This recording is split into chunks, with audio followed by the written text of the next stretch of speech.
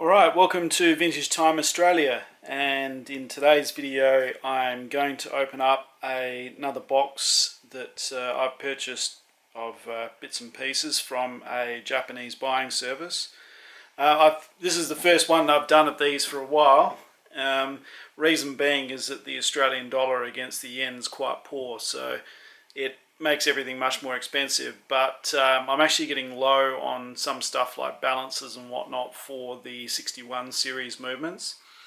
So probably 1 out of every 10 or so I have to replace the balance for various reasons. Either they've got a broken staff, or someone stuck them together with glue, or the hairspring is bent, or something like quite seriously bent, or something similar.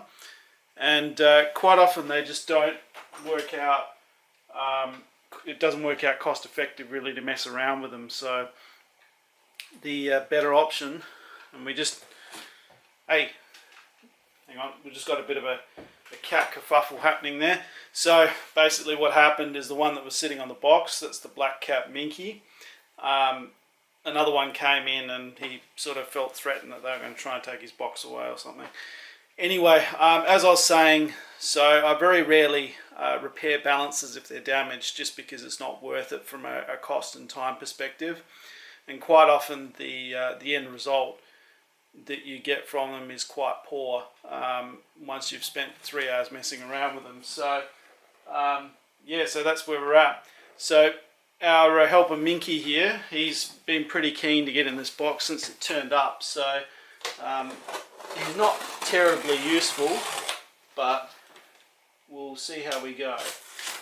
So this cat we actually found just walking around on the streets where I used to live at Henley Beach, and yeah, he literally just followed me home. So we don't know where he came from or what the story is. So I'll just open it up there. Come on, over. That's it. And he's pretty excited to get in there. Come on.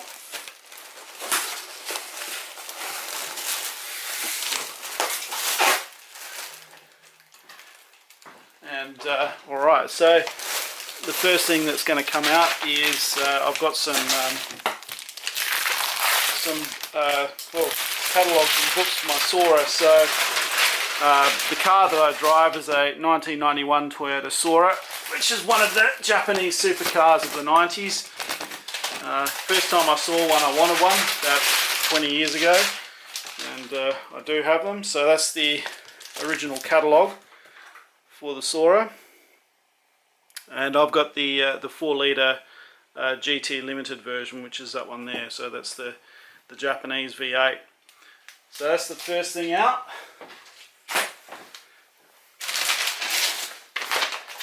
Okay, so the next one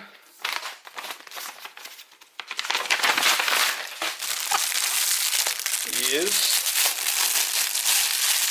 and this will be the biggest of these hauls that I've ever done, so I might have to do it in 2 sittings. We'll just see how we go. So I'm just trying to, this is the genuine Bergian case knife. You can see that. Yeah, it's not going to zoom today. Anyway, so there's a lot of Lordmatics in here as well, because I have problems these days with the cannon pinions on them. So they've got an offset cannon pinion.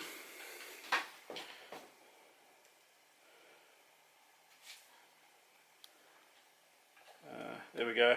So they have an offset cannon pinion which isn't always repairable. So I've been cannibalizing a lot of these just for the cannon pinions. So you can see that one there. It's a pretty crappy case. It's one of the monocoque. Anyone that speaks Japanese can probably work out what that is, but that'll be a presentation watch or something. So the good thing with the monocoque cases is that quite often because it's hard to get water in there because they don't have a case back, the movements are always in excellent condition. So I'm just letting the cat out now. So I always prefer those when I'm looking at scrap watches, just because the chances that you're going to get a movement in good condition are quite good. Other parts really that are usable off of there, not terribly much. So maybe the hands can be used for something else, but yeah, mainly what I'm after is the movement, after balances, and on the 56 movements, the cannon pinions. So that's that one done. Let's do the next one now. Some of these have letters and stuff in them in Japanese. I'm not terribly interested, but the way the buying services work is basically what they do is they bid for you on Yahoo Japan, and then they collect all your stuff at a warehouse in Japan, and then you get it sent off. I'm not going to recommend any in particular. A Google search will turn up tons of them. So this is another Lordmatic, and this is another perfect one for scrapping. So the dial is in poor condition, it's had water in it, and you can see there, besides that, it's not too bad. But the main goal of this is to get good movements. That is a monocoque case as well. Most of these actually are. So you can see that there. So there is no case back on it. It's a front loader. So you know, the case on that, because it's quite a nice case, it might be useful for something else, but yeah, otherwise that one's a scrapper. Okay, so we'll go to the next one now.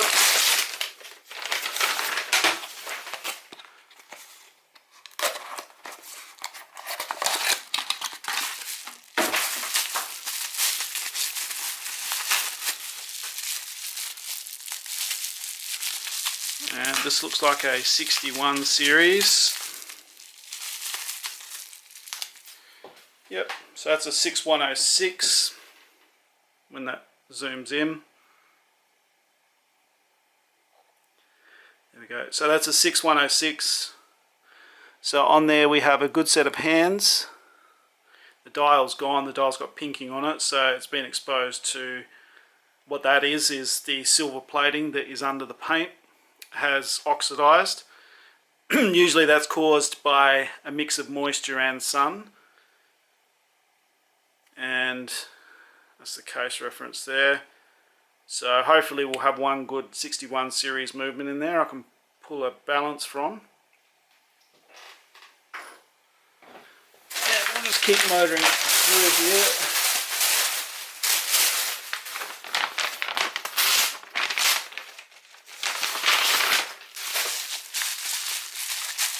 And some of these as well I just bought for the bracelets as well. So this one here is a good example. So it's another Lordmatic. It's in particularly poor condition.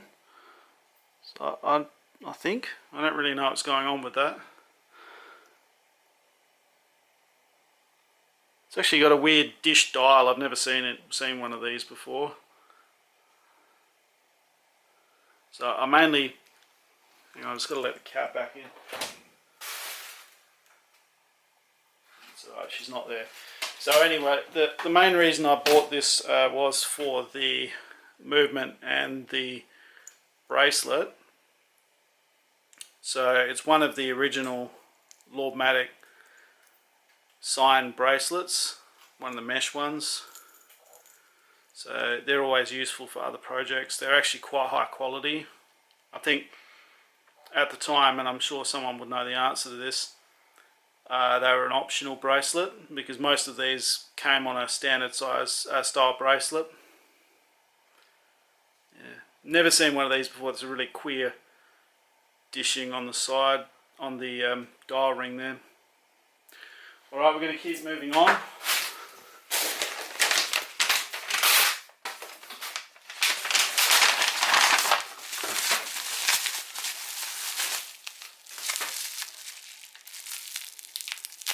and just trying to cut away so I don't scratch the cases.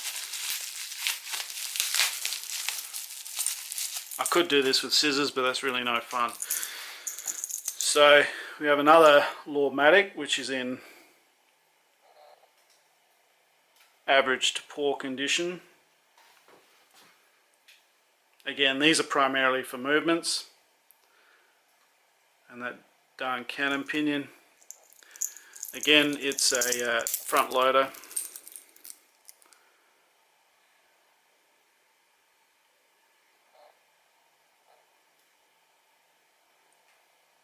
So no case back. The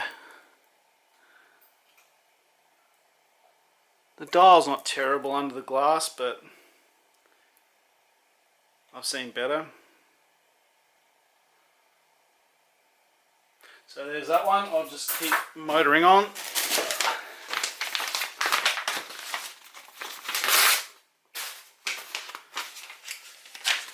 I'm not sure what these green envelopes are all about. It's a new thing that they're doing. So I think this is just a part that I ordered.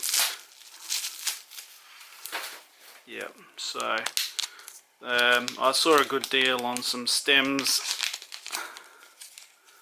and that is it there. So it's the 357612. So that is for the 6139 6002 and those other models that have the rotating ring on the inside. Okay, the next one.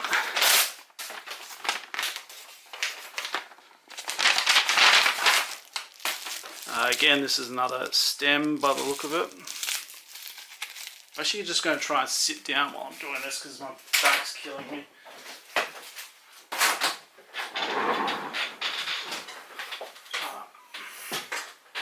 So I'm just going to move around so I'm a bit more comfortable, I think.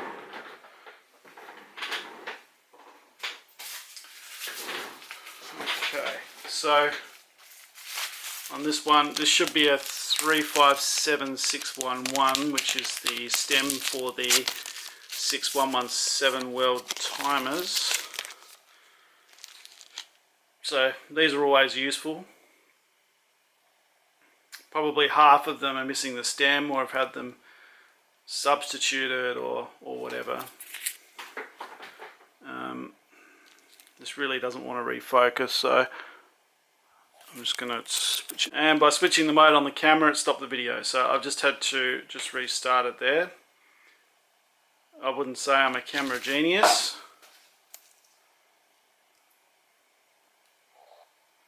So that's that stem there.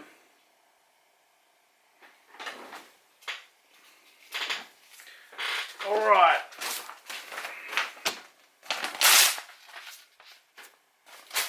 This feels like another part. So that there is a really oddball part for a Citizen Highness. The one in the watch was broken, and that's actually the I'm trying to remember what it is. I think it's a yoke spring or something. Really oddball layout, and you can just see by the design of the part that it's going to be prone to breaking.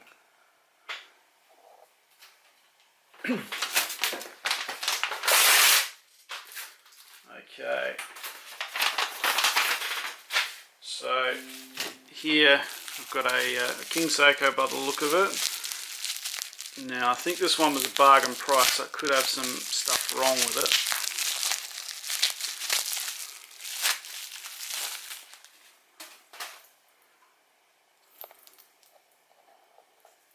That's it there.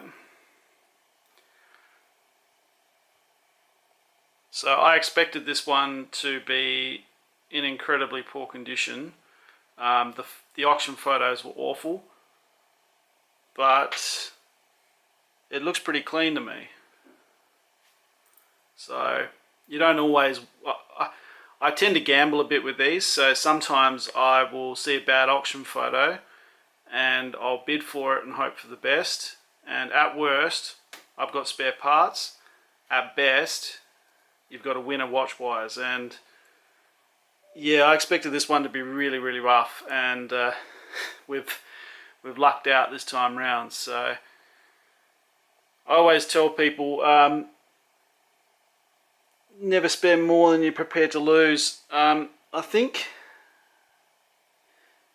the reason this one went for a rock bottom price, actually got the wrong hands fitted, but I do have a set of hands for it, so I should be able to clean that one up.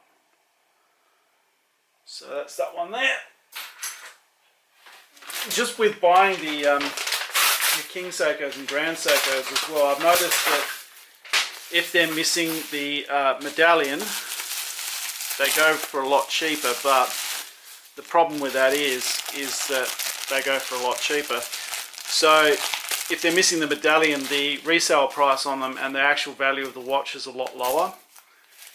So generally I'd recommend, if that's the case, to maybe pass on it, because the medallions are a real pain in the neck to deal with. So this one I bought just for the bracelet. It's another part of a watch. So it was a Lordmatic at some stage, and it's one of those really complex bracelets. They look pretty cool. So I mean, this didn't go for terribly much, and needs some work, but I've got the bracelet off it, which is all I was really after. Alright.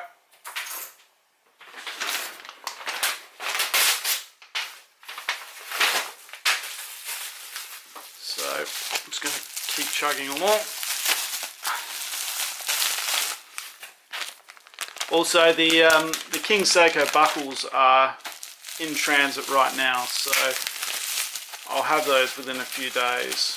So that should be interesting to see how they come out. The pictures that I was sent of the final version of it look pretty good, but we'll see how they come out and if I need to do any post-processing on them. I've never made a product like a buckle before, so it's a bit of a learning experience. I used to do global sourcing as a job, so I'm reasonably comfortable with it. However, in this context, it's sort of new stuff for me. Alright, so this is another Lordmatic. It's in average to poor condition. Again, I mainly bought this one for parts and the bracelet. So the dial isn't amazing. It's got some water damage and so on it. And again, that's another front loading case.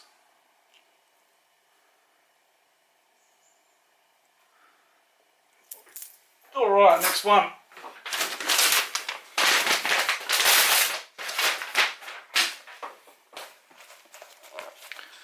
So the way it works in Japan is they've got like millions of little freight companies that do like one thing or something.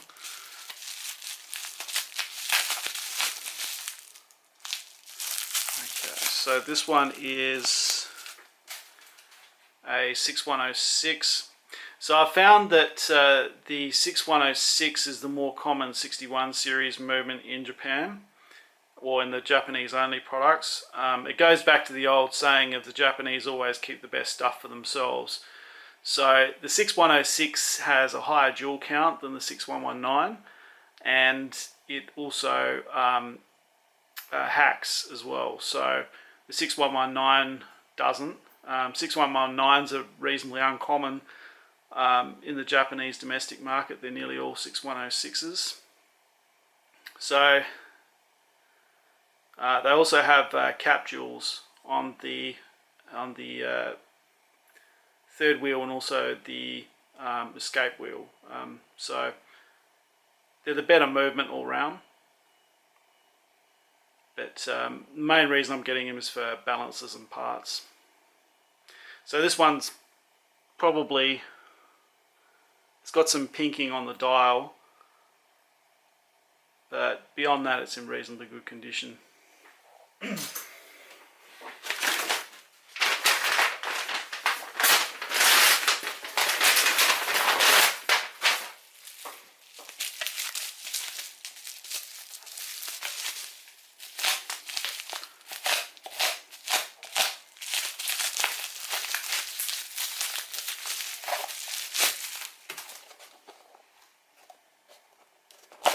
Oops.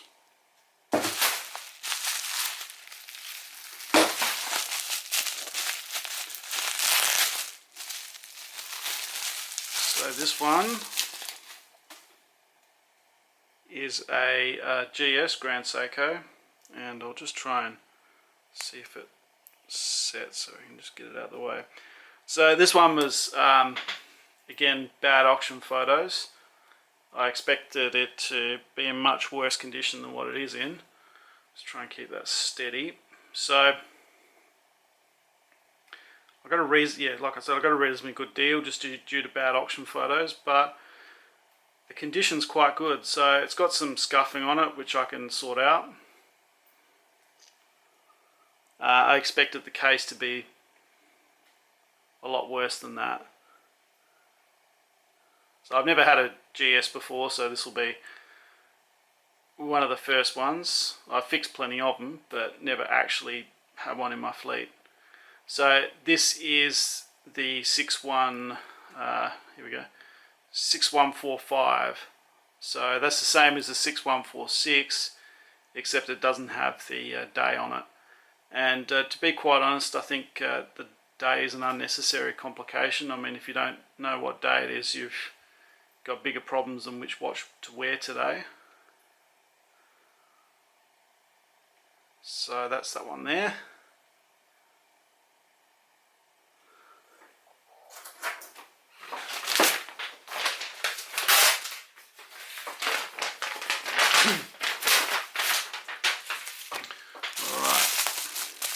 I'm a bit of a miser and I reuse all these bags for shipping all sorts of things. Okay, so this one is another Lordmatic, and this is one of the ones with the Arabic dial.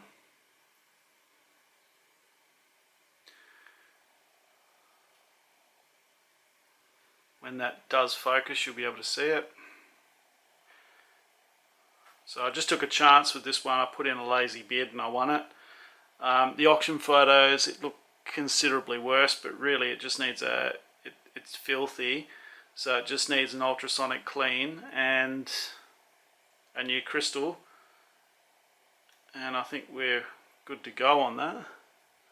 I don't think there's any there might be one spot on the dial or something, but it's reasonably good for what I paid for it. And again, they're a front loader.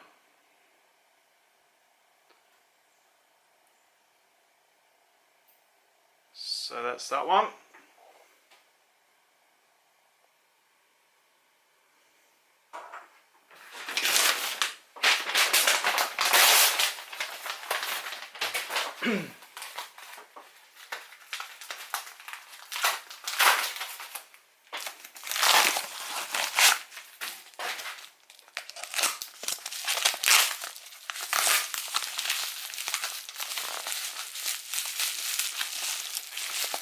And this one is another KS.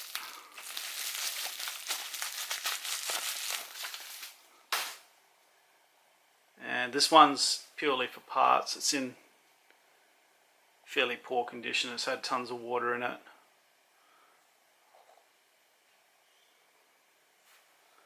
So you can see there the dial's got some pinking on it. It's had water in there. It's missing the crown. Yeah, it's got problems galore, but it should have a good movement in it. Now this one is a 4502. So I've purchased this purely to try and get the get some parts out of it. That's really all the goal was. It's in otherwise poor condition. So fingers crossed it'll be okay inside and I can get some usable parts out of it.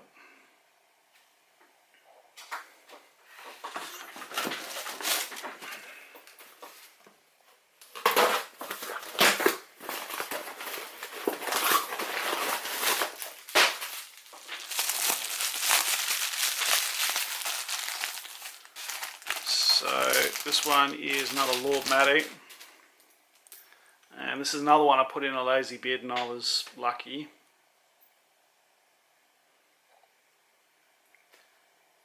So I think that's in very good condition, so that would be restorable. Has a case back on it, so it's one of the later models. It's a 75. So I think the changeover to from the front-loading monocoque to the caseback models was, I think, in 74. Don't quote me on that, but that's when they did a bit of a rationalisation of the range. And you can see it's got the nice sort of fish-style mesh bracelet on it, which is another reason I purchased this. They just don't make the same sort of mesh bracelets these days, and just these look amazing. So that's that guy there.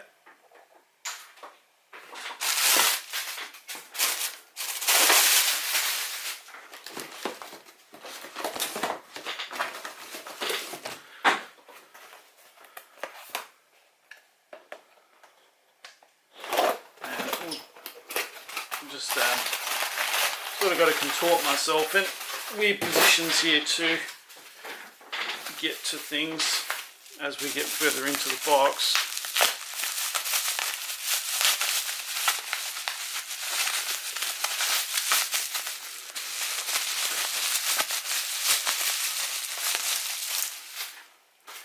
And we have another 6106, another Actus,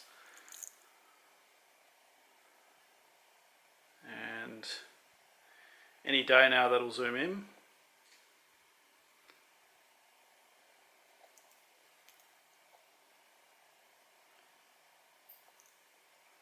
Trying to work out what really confuses the sensor.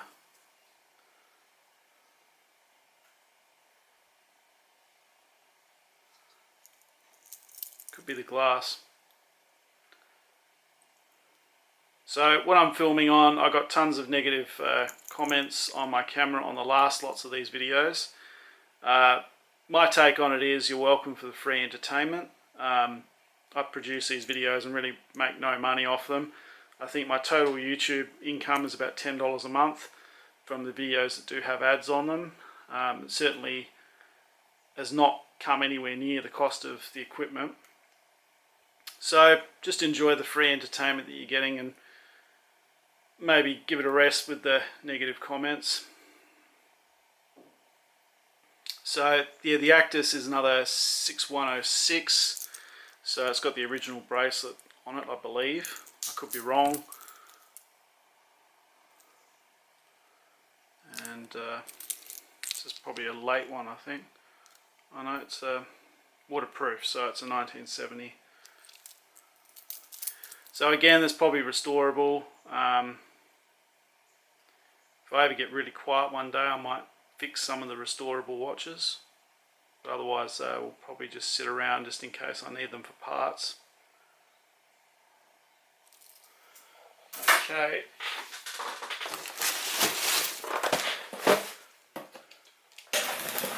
So the next one here feels like another book.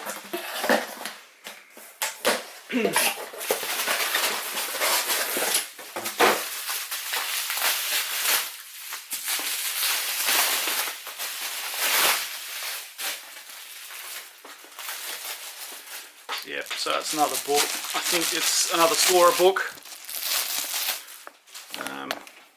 There we go. So I can't remember. It's yeah, so it's looks like a service. I just bought it on a whim. I didn't really read the description in any sort of detail, but yeah, it's got some. I think it's the service manual or something like that. So there's the versions of 2-wheel steering and 4-wheel steering. I don't have the 4-wheel steering on mine. And a whole bunch of other stuff there. If I really need to figure out what's going on, I can always translate it. There's some pretty good stuff for that these days. The context doesn't translate well into Western languages, but there's enough information really to deal with it. But yeah, it should be useful when I'm doing repairs. I do most of the repairs myself. Anything that is underside now, I get someone else to do. When I was a lad, I used to fix cars in the driveway jacked up on ammo boxes, but I don't really enjoy doing that sort of bodging type stuff anymore, so I'd rather just pay someone to do it. Alright. So I used to have for people in Australia, it won't be too relevant outside of Australia, I used to have a VK Commodore with a 5-speed manual in it. It was a pretty fun car to drive. I drove it all across the country, so I did a trip over to Perth in it, which was pretty hairy because I had the brakes lock up, so I had to disable the brake, or disable, I think it was one of the front discs and one of the back discs was misbehaving, so I just ended up having to disable the brake lines to get home. I had a tyre blowout, all sorts of stuff, so it was a pretty fun adventure when you're young. Alright, so we've got a, that's an, excuse me, another 6106 Actus, so it's a waterproof, so it's 1970. So again, it's in pretty good condition, but the main reason I'm getting these is for parts. And like I said, if I ever get quiet, I might fix a few and sell them, but at least I have a parts reservoir, which is becoming important these days because they're not making more of them.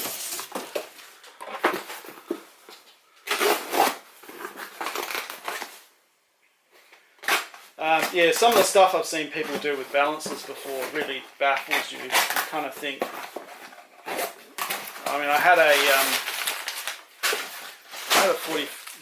45 King Seiko here once that had been stuck together. The balance was actually held together with quick grip, and I don't know really what they were doing with it, but it was a real mess.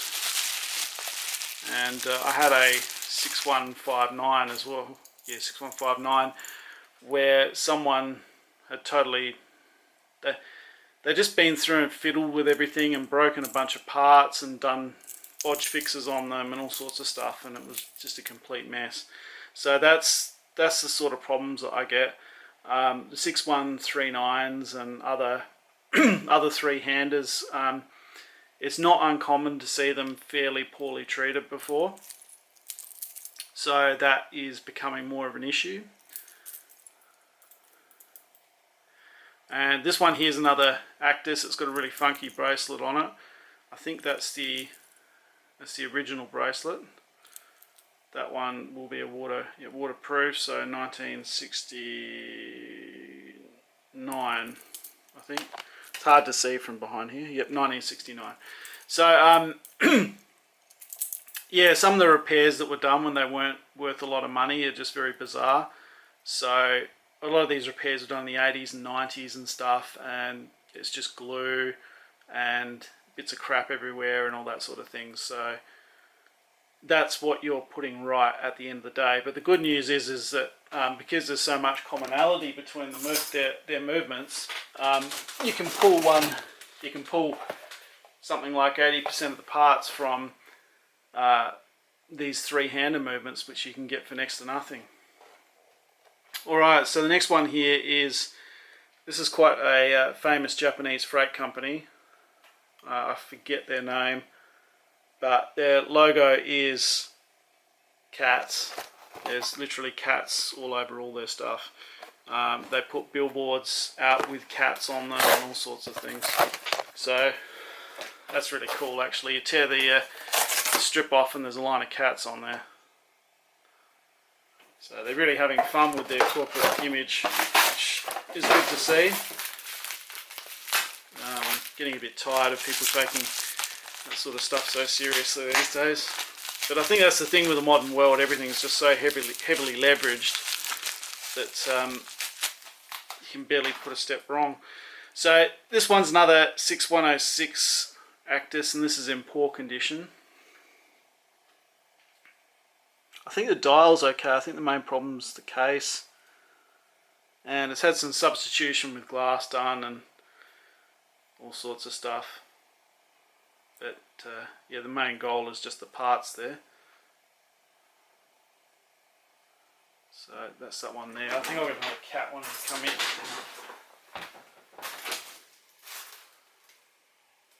Come on. Yep. Yeah, come on. In you come. Quick. Come on.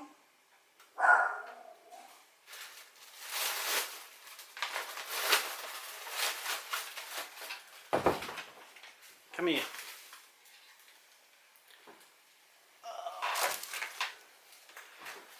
So that's Coco. She's 23 years old as of December last year.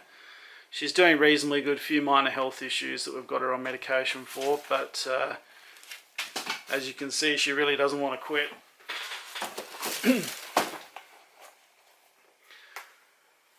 So we've got another box here from the Cat Freight Company.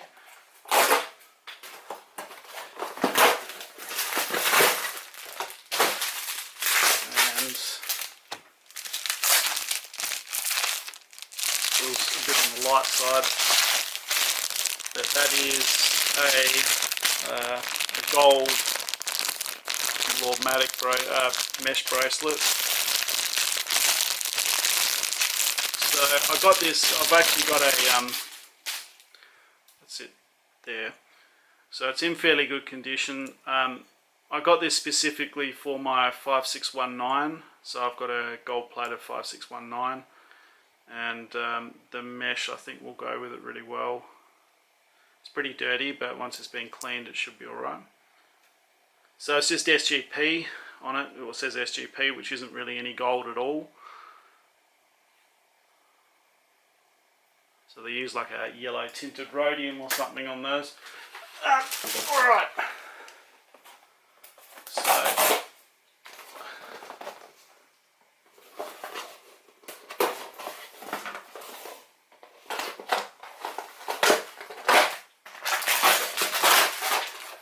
yeah, so Coco will be in the sort of top 1% of oldest cats in the world, I think. We'll see how we go. If she gets to 26, she'll be the oldest living cat in the world. I think the absolute oldest cat was one called Cream Puff, which got to I think 36, but that's pretty freaky. Okay, so this is another 61 series watch.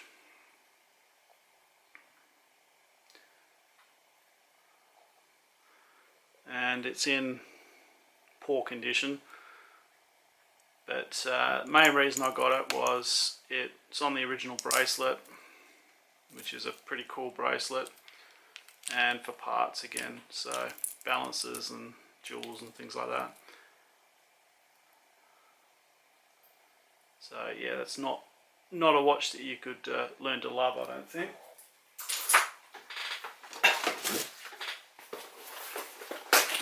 Alright, we'll just keep going.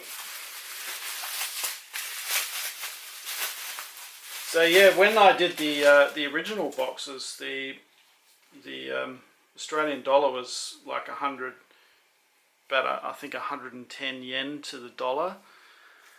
So they worked out pretty good, but at the moment it's more like about 70 yen to the dollar. There's some new taxes and stuff that have come in as well, so the government here is forcing overseas companies to pay GST directly, which I think is the lazy direct taxation method that some countries are starting to impose on online marketplaces, and I think you've just seen this happen in the US as well. So it is more expensive than it used to be, and that is always the question when doing this, is at what point is it worth it? So this one's another Lordmatic. It's had some water in it. It's not terrible. And again, that's another monocoque case. And it's from 68, I think. Yep, 68. So 68? Oh, 1970. It's really hard to see through what's happening on there, through the little screen here. Yep. So that's mainly for parts, that one as well.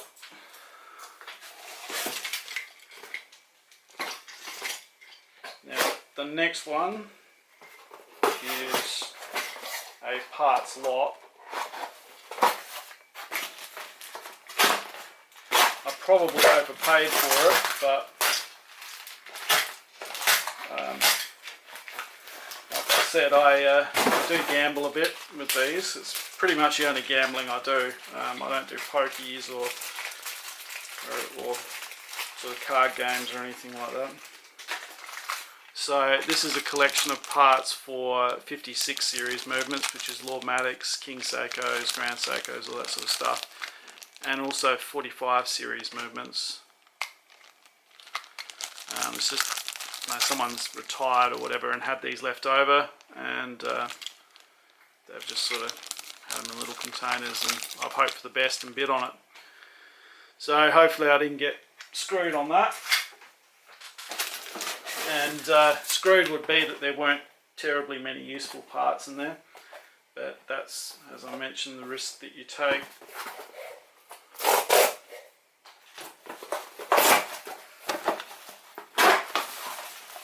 And if someone can remember what the name of we've got more of these, what the name of the Japanese cat transport company is, just put it in the comments. I think it's like Yamato Transport or something, I can't remember.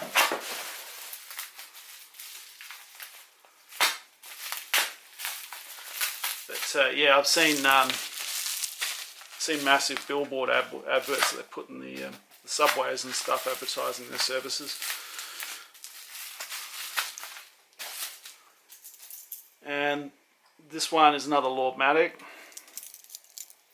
and it's on that's a replacement bracelet. So these ones are actually a pretty cool case. So I'll just stopped them for some reason. So what I was saying was these are a pretty cool case, or like a flat cushion case type thing. So they're fairly low profile. Again, a monocoque case. Front loading watch, and that one's in restorable condition. You'd get a pretty good result out of that. Okay, so I've got one more box left.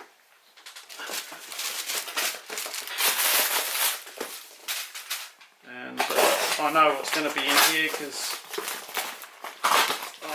I know what is missing. And this battery is about to go flat, so I'm going to try and sneak it in really quickly.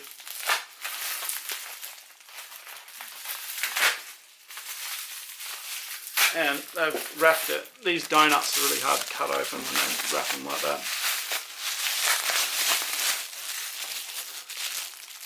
So this is a 45 GS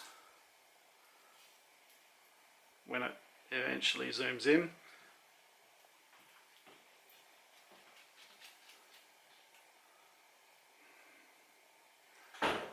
Try on the back first, eh?